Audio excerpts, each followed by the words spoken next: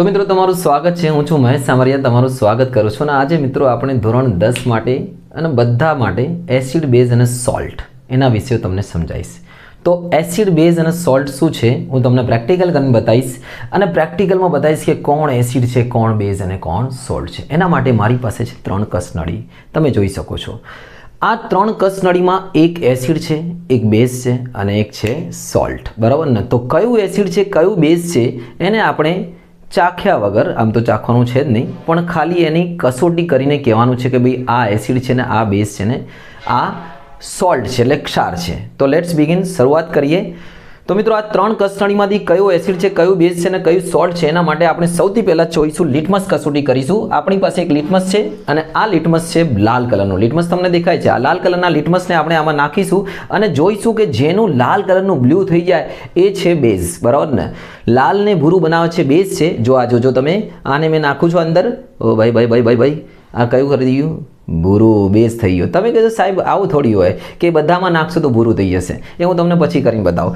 અને જે ભૂરા લિટમસને લાલ બનાવે, ભૂરા લિટમસને શું બનાવે એ છે એસિડ। તો ભૂરા લિટમસને લાલ બનાવે છે એસિડ છે। તો આ જો આ છે ભૂરું લિટમસ મારી સામે અને એને હું લાલ બનાવું છું। આ થઈ ગયું છે લાલ, થઈ ગયું છે કે નહીં। હવે જો તમે ભૂરાને આટલી ખબર પડી ગઈ અને સોલ્ટ જે છે એ કશું નહીં કરશે, કોઈ અસર નહીં થશે, લિટમસની કોઈ અસર નથી। જો સોલ્ટની લિટમસમાં કોઈ અસર નથી, તમે દેખાય છે કે નહીં? ઓકે, તો ધ્યાન આપજો। હવે તો મિત્રો એસિડ બેઝની લિટમસ કસોટી પછી હવે એના ગુણધર્મની વિસ્તારપૂર્વક ચર્ચા કરીએ। સૌથી પહેલાં વાત કરીએ એસિડની। તો આપણા રોજિંદા જીવનમાં તમારા ઘરોમાં, આપણા ઘરોમાં એસિડ બી હોય છે જેને આપણે ખાઈએ બી છીએ અને એનો ઉપયોગ બી કરીએ છીએ। હવે જે ખાવાવાળા જે એસિડ છે, ધારો કે લીંબુનું શરબત છે, છાશ છે, દહીં છે, ખાટી વસ્તુમાં ઓરેન્જ જ્યુસ છે, આ બધામાં એસિડ હોય છે, કોલ્ડ ડ્રિંક્સ છે। અને જે બીજા એસિડ હોય છે જેને આપણે ખાઈ નથી શકતા, બરાબર ને, ધારો કે જે ટોયલેટ ક્લીનર તરીકે વપરાય છે, સલ્ફ્યુરિક એસિડ છે, હાઇડ્રોક્લોરિક એસિડ છે, નાઇટ્રિક એસિડ છે। તો આ બંનેમાં ફરક શું છે ખબર છે? જે ખાનાર એસિડ હોય છે ને એ નિર્બળ એસિડ હોય છે અને જે તીવ્ર એસિડ હોય છે એટલે મીન્સ જેનાથી આપણે બળી શકીએ છીએ એ બધા પ્રબળ એસિડ હોય છે। આટલું તમે યાદ રાખજો કે આપણે જેટલી પણ એસિડો ખાઈએ છીએ એટલે મીન્સ યુઝ કરીએ છીએ ખાવા માટે ખાટી વસ્તુ, એમાં નિર્બળ એસિડ હોય છે। ઓકે, તો આગળ ચર્ચા કરીશું નિર્બળ અને પ્રબળ શું છે। આગળ વાત કરીએ કે બેઝની વાત કરીએ તો આપણા ઘરોમાં બેઝ પણ હોય છે, તમને ખ્યાલ છે। બેઝમાં તમે લઈ લો સાબુનું પાણી બેઝ છે, ખાવાના સોડા, ધોવાના સોડા બેઝ છે। તો આ બેઝિક પદાર્થો છે, સોડા જેટલા બી છે બેઝ છે। ઓકે, એટલે એસિડ તમને ખ્યાલ આવી ગયો, ખાટી વસ્તુઓ બધી એસિડ છે। અને જે સોડા છે, કોલગેટ, હા આપણે જે બ્રશ કરીએ છીએ, ટૂથપેસ્ટ, એમાં પણ શું છે બેઝ છે, એ બી બેઝિક છે, જેથી આપણે સવારે મોઢામાં જે આપણું એસિડ હોય ને એને ઓછું કરી દઈએ। ઓકે, તો એસિડ સ્વાદે ખાટા હોય છે જે ખાનાર હોય છે, બરાબર ને, અને બેઝ સ્વાદે તુરા હોય છે। એસિડ ભીના ભૂરા લિટમસને લાલ કરે છે અને બેઝ લાલ લિટમસને ભૂરું બનાવે છે। અને એસિડ અને બેઝ વચ્ચે પ્રક્રિયા થાય છે, પાણી અને ક્ષાર બને છે। આને પ્રક્રિયાને તટસ્થીકરણ કહે છે। આને આગળ પણ જોઈશું આપણે।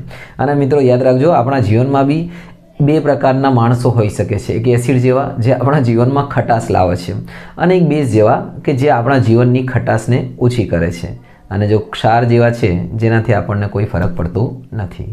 ઓકે, તો યાદ રહેશે કે નહીં? ખટાશ લાવનારા કોણ છે? એસિડ, અને ખટાશ દૂર કરનારા કોણ છે? બેઝિક। ઓકે, અને બેબીને બેઝ પસંદ છે એટલે આપણા માટે બેઝ સારું છે અને આપણી બોડી માટે બી બેઝ સારું છે। આગળ હું સમજાવીશ તમને। તો આ તો થઈ ગયું છે એસિડ અને બેઝની। અને બીજું, ધારો કે પ્રયોગશાળામાં તમને કોઈ એસિડ આપ્યું હોય તો તમે એની કસોટી કરી શકો છો। લિટમસ કસોટી તો તમને ખબર છે, એના સિવાય તમે એને કેટલાક સૂચકો હોય છે જેના દ્વારા તમે ચેક કરી શકો છો। સૂચકો એટલે એક એવા પદાર્થો કે જેને નાખવાથી આપણને ખબર પડશે એના કલરના ચેન્જીસ ઉપરથી કે આ એસિડ છે કે બેઝ છે। મિત્રો પ્રયોગશાળામાં એસિડ બેઝની કસોટી માટે 2 સૂચકો વપરાય છે, એક છે મિથાઇલ ઓરેન્જ અને એક છે ફિનોપ્થિલિન। ફિનોપ્થિલિન જ્યારે તમે એસિડમાં નાખશો તો એનો રંગવિહીન દ્રાવણ આપશે અને બેઝમાં નાખશો તો ગુલાબી રંગ આપશે। જ્યારે મિથાઇલ ઓરેન્જ તમે એસિડમાં નાખશો તો લાલ અને ઓરેન્જ જેવો રંગ આપશે અને બેઝમાં એ પીળો રંગ આપશે। આ તો હતા પ્રયોગશાળાના સૂચકો. કેટલાક કુદરતી સૂચકો બી હોય છે જેના દ્વારા આપણે જાણી શકીએ કે એસિડ છે કે બેઝ છે. જો સૌથી પહેલાં હળદર છે. હળદર તમને ખબર છે બેઝિકમાં ગુલાબી રંગનું થઈ જશે. હળદરને તમે બેઝિકમાં નાખશો, હળદર સાબુ પર હળદર નાખજો અથવા સાબુનું દ્રાવણ લઈને એમાં હળદર નાખશો, એ ગુલાબી રંગ આપશે. એના સિવાય કેટલાક પાંદડાઓ છે, હાઇડ્રોન્જિયા, પેટ્રોનિયા વગેરે, જેના દ્વારા એ સૂચકો તરીકે કામ કરે છે. અને કેટલાક સૂચકો એવા છે કે જે એસિડ બેઝની હાજરીમાં પોતાની વાસ બદલે છે. જ્યારે એસિડ બેઝના સંપર્કમાં આવે છે તો એમની વાસમાં ચેન્જ થઈ જાય છે. એને કહેવાય ઘ્રાણેન્દ્રિય સૂચકો, બરાબર ને? ઓર્ડર એમની વાસ એમની ચેન્જ થઈ જાય છે. આવા ઘ્રાણેન્દ્રિય સૂચકો બી ઘણા બધા છે. ધારો કે લવિંગનું તેલ છે, વેનીલાનો અર્ક છે. વેનીલા જે ફ્લેવર, અમૂલની વેનીલા ફ્લેવર બેસ્ટ આવે છે ભાઈ, એ ખાજો કોઈ વખત. તો વેનીલા અર્ક છે. અને પછી આપણે લવિંગનું તેલ આવી ગયું, વેનીલાનો અર્ક ડુંગળી છે. આ બધા છે ને એ શું છે?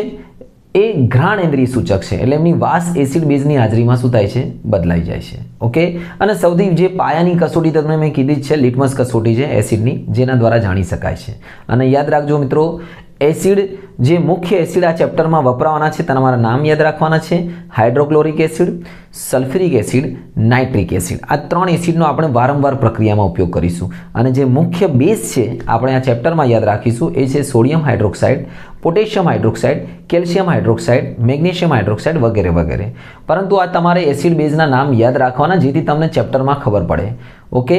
તો આટલી જે હતી માહિતી હતી એસિડ બેઝની પ્રારંભિક માહિતી હતી. હવે આપણે આગળ વધારીશું બીજી એના સમીકરણ સાથે. તો મિત્રો, આપણે એસિડ બેઝના ગુણધર્મો પછી હવે આવી જઈએ એક પ્રયોગ તરફ, જેની આકૃતિ તમારી સમક્ષ રજૂ છે અને સમજાવી દઉં પ્રયોગ શું છે. અહીંયા પ્રયોગ છે કે એસિડની ધાતુ સાથે પ્રક્રિયા, બરાબર, અથવા ધાતુની એસિડ સાથે પ્રક્રિયા. અને એના માટે આપણે લઈશું અહીંયા આ કસનળી છે મિત્રો, તમે જોઈ શકો છો. અને આ કસનળીમાં લઈશું આપણે દાણેદાર ઝીંક. દાને દાને મેં ઝીંક કા દમ. આ છે દાણેદાર ઝીંક લઈશું આપણે. ઓકે. તો અહીંયા આપણે એને દર્શાવી દઈએ કે ભાઈ આ છે શું બકા? ઝીંકના દાણા. હવે અહીંયા જો ઝીંક છે, ઝીંકના દાણેદાર ઝીંક લેવાનું કારણ શું છે? કે પ્રક્રિયા ઝડપથી થાય. આ દાણેદાર ઝીંક છે.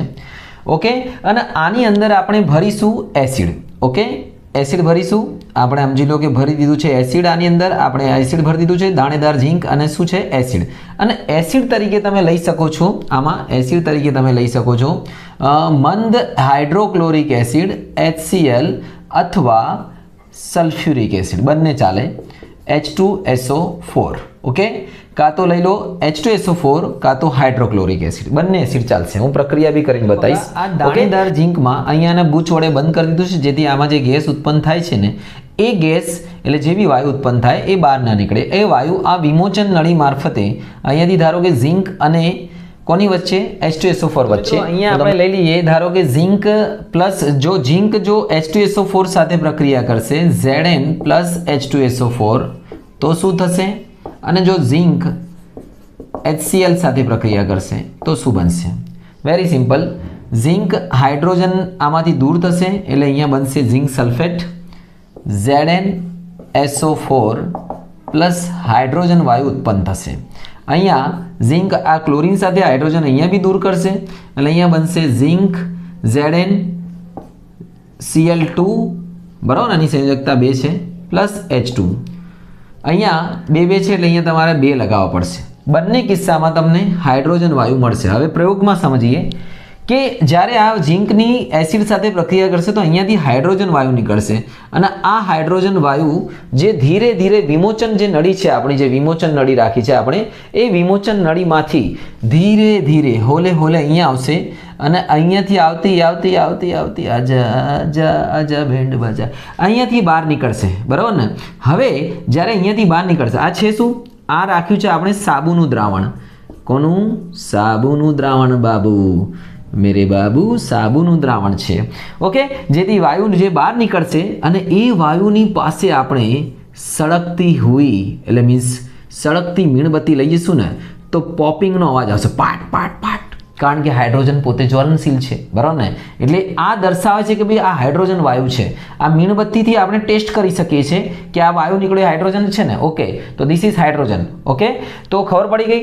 દાણેદાર ઝીંક, બરાબર ને? ઝીંકના દાણા એટલા માટે લીધા કે પ્રક્રિયા ઝડપથી થાય, પ્લસ પછી કાં તો તમે સલ્ફ્યુરિક એસિડ લઈ લો કાં તો હાઇડ્રોક્લોરિક એસિડ લઈ લો. સલ્ફ્યુરિક એસિડ લેશો કે હાઇડ્રોક્લોરિક એસિડ લેશો, હાઇડ્રોજન તો બનશે જ.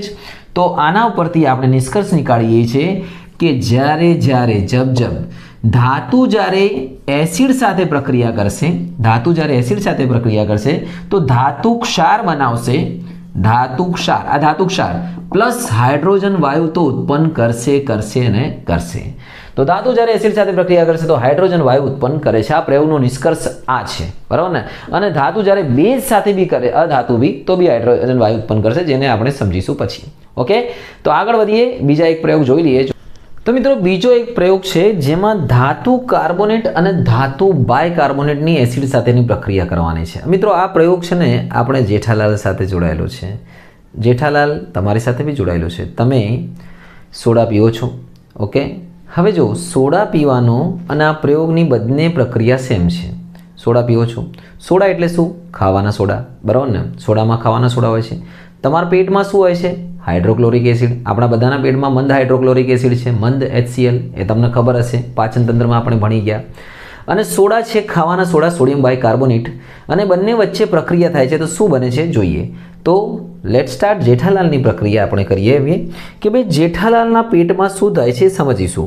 પહેલાં તો આપણે સમજી લઈએ કે આપણી પાસે આ છે કસનળી, જેમાં આપણે ભરીશું, સમજી લો કે ધોવાના સોડા. પહેલાં સોડિયમ કાર્બોનેટ લઈ લઈએ. બે સ્થિતિ અલગ અલગ છે. પહેલાં લઈશું આપણે સોડિયમ કાર્બોનેટ N2CO3, ઓકે, અને એની પ્રક્રિયા કરીશું હાઇડ્રોક્લોરિક એસિડ સાથે, ઓકે. અને પછી બીજી સ્થિતિમાં આપણે લઈ લઈશું સોડિયમ બાયકાર્બોનેટ. એનો ભાઈ સોડિયમ બાયકાર્બોનેટ એટલે સોડિયમ હાઇડ્રોજન કાર્બોનેટ બી કહેવાય. એની બી પ્રક્રિયા કરીશું હાઇડ્રોક્લોરિક સાથે. બંને હું એકમાં જ સમજાવી દઉં છું, અને કઈ વસ્તુ શું લખેલી છે એ બી સમજાવી દઉં કે આનો મતલબ શું થાય છે. તો ભાઈ આની અંદર આપણી પાસે છે કાં તો ધોવાના સોડા Na2CO3, કાં તો ખાવાના સોડા NaCO3, અને એની સાથે ભરીશું આપણે આ જે થીસલ ફનેલ દેખાય છે એના દ્વારા ભરીશું હાઇડ્રોક્લોરિક એસિડ. આ હાઇડ્રોક્લોરિક એસિડ આવશે HCl. કયો એસિડ ભાઈ? HCl. અને અહીંયા આપણે વિમોચન નળી લગાવી છે. આ જ્યારે હાઇડ્રોક્લોરિક એસિડ ભરીશું તો વિમોચન નળીથી એક ગેસ ઉત્પન્ન થઈને અહીંયા જશે. કયો ગેસ છે આપણને ખબર નથી, પરંતુ આપણે ગેસની ચકાસણી માટે અહીંયા ભરેલું છે બીજો પ્રવાહી, અને પ્રવાહીનું નામ છે કેલ્શિયમ હાઇડ્રોક્સાઇડ. સાદી ભાષામાં કહીએ ચૂનાનું નીતર્યું પાણી. ચૂનાનું નીતર્યું પાણી, ચૂના, ઓકે, ચૂનાનું પાણી બી કહી શકીએ છીએ આપણે. Calcium hydroxide. તો આપણે અહીંયા કેલ્શિયમ હાઇડ્રોક્સાઇડ કેમ ભર્યું છે એ બી હું તમને સમજાવી દઈશ. પણ પહેલાં આપણે સમજી લઈએ કે આ બંને વચ્ચે પ્રક્રિયા થશે. સોડિયમ કાર્બોનેટ અને હાઇડ્રોક્લોરિક એસિડ વચ્ચે પ્રક્રિયા થશે. તો થશે શું? અહીંયાથી એક વાયુ નીકળશે, બરાબર ને. અને આ વાયુ અહીંયા આવશે, અરે ભાઈ, અને આ જે ચૂનાનું નીતર્યું પાણી છે એને દૂધિયું બનાવશે. કેમ દૂધિયું બનાવશે? કારણ કે પહેલાં જો આ બંને વચ્ચે પ્રક્રિયા શું થશે? NaCl બનશે. અહીંયા NaCl, sodium chloride, carbon dioxide plus પાણી, ઓકે. સંતુલિત કરવો પડશે તો અહીંયા 2 મૂકી દો Na ની આગળ, એટલે સંતુલિત થઈ જશે. Na2CO3, બરાબર ને. અહીંયા તો થયું સંતુલિત. NaCl2, Cl ને બી 2 મૂકી દઈએ અહીંયા આગળ, HCl, ઓકે. હવે બીજી પ્રક્રિયા જે જેઠાલાલની પ્રક્રિયા છે, મતલબ કે પેટમાં હોય છે હાઇડ્રોક્લોરિક એસિડ, આ છે ખાવાના સોડા, સોડિયમ હાઇડ્રોજન કાર્બોનેટ અથવા સોડિયમ બાયકાર્બોનેટ. તો શું થશે? તો બી આવું થશે, બનશે પ્રોડક્ટ સેમ જ. અહીંયા બી બનશે. Na કોની જોડે આવશે? Cl જોડે આવશે. એટલે અહીંયા બનશે મીઠું NaCl પ્લસ પાણી CO2 પ્લસ H2O. મતલબ ઓડકાર ખાશે, જેવું સોડા પીશે ઓડકાર આવે કે ના આવે? એ એટલા માટે આવે છે કે અહીંયા કાર્બન ડાયોક્સાઇડ ઉત્પન્ન થાય છે. તો આનાથી મતલબ શું ખબર પડી આપણને? કે જ્યારે બી ધાતુ કાર્બોનેટ હોય, સમજી લેજો, કાર્બોનેટ શબ્દ હોય અથવા ધાતુ બાયકાર્બોનેટ હોય, બંને ચાલે. ધાતુ બાયકાર્બોનેટ, બાય એટલે હાઇડ્રોજન કાર્બોનેટ, ટૂંકમાં અંદર કાર્બોનેટ હોવો જોઈએ ભાઈ. એ જ્યારે બી એસિડ સાથે પ્રક્રિયા કરશે, ધાતુ બાયકાર્બોનેટ હોય કે ધાતુ કાર્બોનેટ હોય, કોની સાથે પ્રક્રિયા કરશે? એસિડ સાથે. તો સોલ્ટ એટલે કોઈ બી સોલ્ટ, અહીંયા તો આપણે ખાલી મીઠું બન્યું છે, પણ કોઈ બી સોલ્ટ બની શકે જેવું ધાતુ કાર્બોનેટ, બરાબર ને, જેનું કાર્બોનેટ હોય. તો સોલ્ટ બનાવશે એટલે ક્ષાર બનાવશે, પ્લસ સોલ્ટ એટલે ખાલી મીઠું નહીં, એટલું યાદ રાખજો, પ્લસ કાર્બન ડાયોક્સાઇડ બનાવશે, એ ફિક્સ છે. અને H2O પાણી બનાવશે ફિક્સ છે.